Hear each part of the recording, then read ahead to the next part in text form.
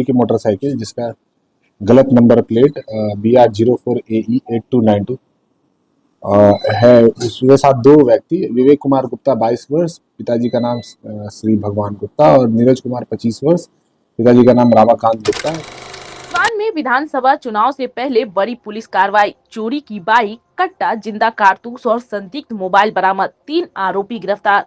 नमस्कार, मैं रागनी और आप देख रहे हैं VPS न्यूज।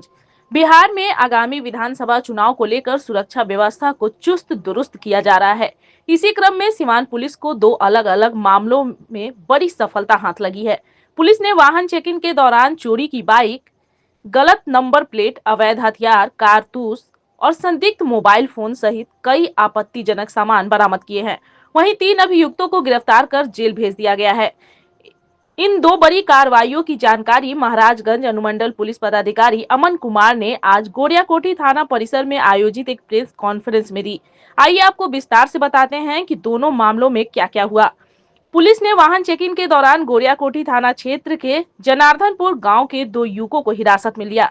इनकी पहचान विवेक कुमार गुप्ता पिता श्री भगवान गुप्ता और नीरज कुमार पिता रामाकांत गुप्ता के रूप में हुई है। ये दोनों युवक एक चोरी की मोटरसाइकिल पर सवार थे जिसकी नंबर प्लेट गलत पाई गई। जब पुलिस ने गाड़ी का सत्यापन किया तो मामला और भी गंभीर हो गया। बाइक पर जो रजिस्ट्रेशन नंबर था वह शोभा देवी डोरीगंज छपरा के नाम रजिस्टर था, लेकिन जब चेचिस नंबर को ट्रेस किया गया तो यह असली मालिक सिपाही राम सोनपुर सामने आए, यानी बाइक की असली पहचान छिपाकर उसे चलाया जा रहा था। विवेक कुमार गुप्ता के पास से ओप्पो कंपनी का स्मार्टफोन, किसी अन्य व्यक्ति का स्मार्ट कार्ड, मास्टर चाबी, 4 अन्य बाइक की चाबियां, नीरज कुमार के पास से वीवो कंपनी का स्मार्टफोन, 5 अलग अलग मोटरसाइकिल की चाबियां। जब पुलिस ने विवेक कुमार गुप्ता के घर पर छापेमारी की तो और चौंकाने वाला सामान बरामद हुआ। एक जिंदा कारतूस, एक खोखा, एक लोहे का फाइटर, टेक्नो कंपनी का स्मार्टफोन, चोरी की 4 पहिया गाड़ी, डिक्की से 2 संदिग्ध नंबर प्लेट। इस सब सामग्रियों से साफ संकेत मिलते हैं कि आरोपी केवल बाइक ही नहीं बल्कि 4 पहिया वाहन की चोरी और अपराध में भी संलिप्त रहे हैं। दूसरी कार्रवाई बसंतपुर थाना क्षेत्र में की गई, जहां पुलिस ने गुप्त सूचना मिली थी कि बसंतपुर बाबू टोला पुल के पास एक युवक संदिग्ध स्थिति में खड़ा है। त्वरित कार्रवाई करते हुए पुलिस मौके पर पहुंची और 19 वर्षीय हबीबुल रहमान पिता मुख्तार अंसारी निवासी मालिकपुरा थाना भगवानपुर हाट को पकड़ लिया गया। जब उसकी तलाशी ली गई तो उसके पास से चौंकाने वाली चीजें बरामद हुई। कमर से एक देसी लोडेड कट्टा, 2 जिंदा कारतूस, पॉकेट से एक धारदार चाकू और एक मोबाइल फोन। जब पुलिस ने आरोपी का मोबाइल फोन खंगाला तो उसमें कई तस्वीरें मिली जिसमें हबीबुल रहमान अवैध हथियारों के साथ पोज करते हुए नजर आया। पूछताछ में वह कोई संतोषजनक उत्तर नहीं दे सका। इसके बाद उसे भी जेल भेज दिया गया। प्रेस वार्ता में महाराजगंज अनुमंडल पुलिस पदाधिकारी अमन कुमार ने कहा, चुनाव को देखते हुए जिले में लगातार वाहन चेकिंग और संदिग्ध गतिविधियों पर नजर रखी जा रही है। हमारी कोशिश है कि चुनाव पूरी तरह से शांतिपूर्ण और निष्पक्ष तरीके से संपन्न हो। इन दोनों कार्रवाइयों से यह स्पष्ट है कि पुलिस हर संदिग्ध गतिविधि पर तुरंत और कठोर कार्रवाई कर रही है। उन्होंने यह भी कहा कि बरामद मोबाइल और अन्य इलेक्ट्रॉनिक डिवाइस की फॉरेंसिक जांच कराई जाएगी और आरोपियों के अन्य नेटवर्क को भी खंगाला जाएगा। चुनावी माहौल के बीच सिवान पुलिस की ये कार्रवाई निश्चित तौर पर अपराधियों के लिए एक कड़ा संदेश है। चोरी की गाड़ियों से लेकर हथियार और संदिग्ध गतिविधियों में शामिल युवकों की गिरफ्तारी यह दर्शाती है कि प्रशासन पूरी तरह से सतर्क है। आने वाले दिनों में और भी सघन जांच की संभावना है ताकि आम जनता निडर होकर अपने लोकतांत्रिक अधिकार का उपयोग कर सके। गोरियाकोठी थाना अंतर्गत वाहन चेकिंग के दौरान एक चोरी की मोटरसाइकिल जिसका गलत नंबर प्लेट BR04AE8292 है। उसके साथ दो व्यक्ति, विवेक कुमार गुप्ता 22 वर्ष, पिताजी का नाम श्री भगवान गुप्ता, और नीरज कुमार 25 वर्ष, पिताजी का नाम रामाकांत गुप्ता, दोनों साकिन जगन्नाथपुर थाना गोरियाकोठी के हिरासत में लिया गया। गाड़ी का सत्यापन करने पर अंकित रजिस्ट्रेशन नंबर का स्वामी शोभा देवी डोरीगंज पाया गया और चेचिस नंबर का सत्यापन करने पर उसका स्वामी सिपाही राय सोनपुर का पाया गया।